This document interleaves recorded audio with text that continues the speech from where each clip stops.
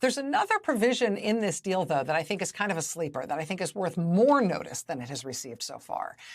And that's the provision as part of the new rules package that the Republicans are agreeing to, which would create a committee to investigate what they call the weaponization of the federal government. This is a committee that's expected to be chaired by Trump Republican Jim Jordan. And the Republicans claim that this committee would have the power to oversee not just the Justice Department and the FBI the way they're usually overseen by Congress. They claim this committee, led by Jim Jordan, would have the ability to oversee ongoing criminal investigations being conducted by the Justice Department.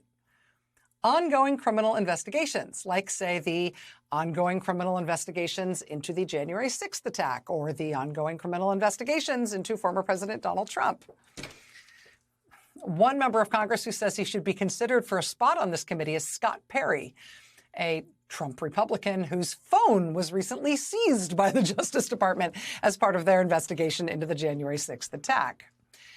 This one, as I say, I think is the sleeper. If Republicans do go through with this committee to try to create a new system of oversight of the Justice Department that includes their ongoing criminal investigations, I mean, we can't expect that the Justice Department wouldn't just roll over and go along with it. We could expect that the Justice Department would presumably go to court if need be to protect their investigations.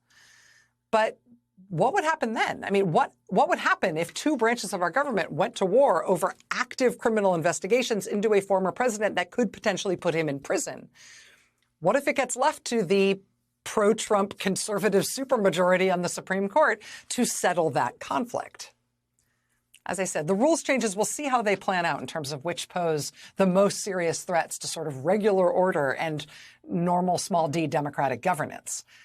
But this effort to try to get members of Congress into the criminal justice system in this specific way, that's, by my bet, really the one to watch.